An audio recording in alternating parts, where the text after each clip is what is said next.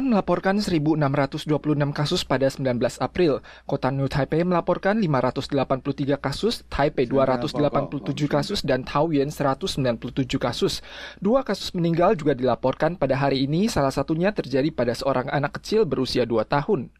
Seorang bocah berusia 2 tahun di kota New Taipei terdiagnosis dan segera dilarikan ke rumah sakit tanggal 14. Kondisinya bertambah parah dan gejala sepsis yang timbul akibat serangan virus mengakibatkan ensefalitis pada bagian otaknya. Setelah melalui upaya penyelamatan selama 6 hari, ia dinyatakan meninggal tanggal 19 dini hari. 过程当中再怎么尽力没有挽回小弟弟的生命，我们深感自责。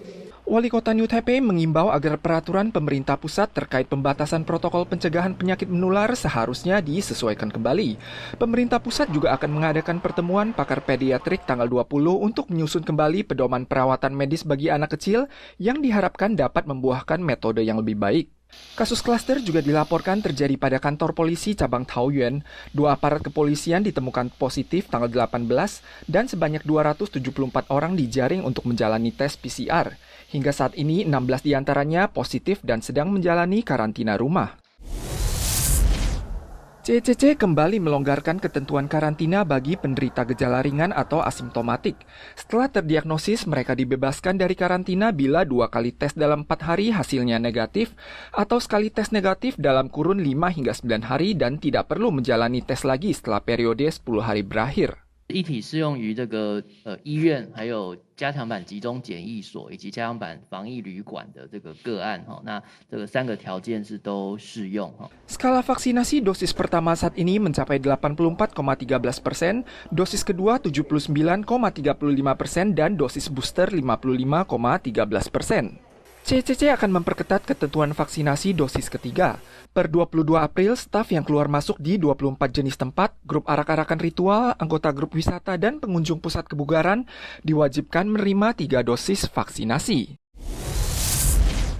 Harga telur meroket, harga produksi mencapai $40,5 Taiwan per kati dan harga grosir mencapai $50 Taiwan per kati, mencatat rekor tertinggi dalam sejarah. 是不是袂趁钱？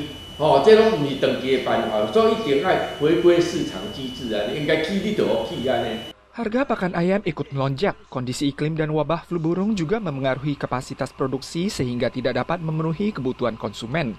Saat ini tidak ada batas maksimal untuk mencerminkan mekanisme pasar.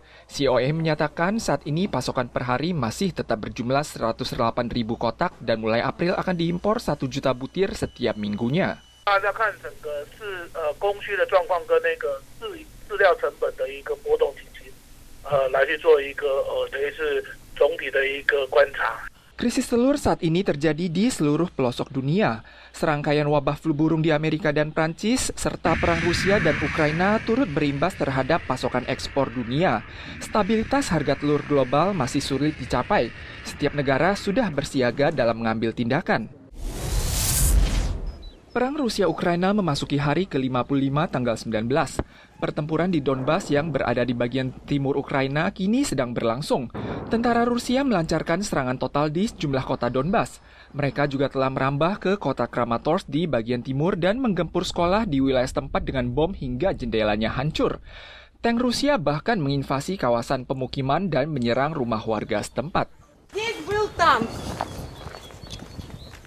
Дети, уходите, а здесь украинская армия танк поставила. Потом танк уехал. Tanggal 18, PBB menyatakan peluang gencatan senjata dalam waktu dekat ini sangat minim. Menurut laporan BBC, tentara Rusia masih perlu waktu untuk menguasai Donbas. Bila berhasil, ini akan melambangkan kemenangan besar dalam perang yang diluncurkan oleh Presiden Vladimir Putin, yang selanjutnya akan mengikuti metode di Crimea tahun 2014, di mana Donbas akan dimasukkan menjadi bagian dari Rusia. Prioritas tentara Rusia saat ini adalah menguasai Donbas sebelum hari kemenangan tanggal 9 Mei yang ditetapkan oleh Putin.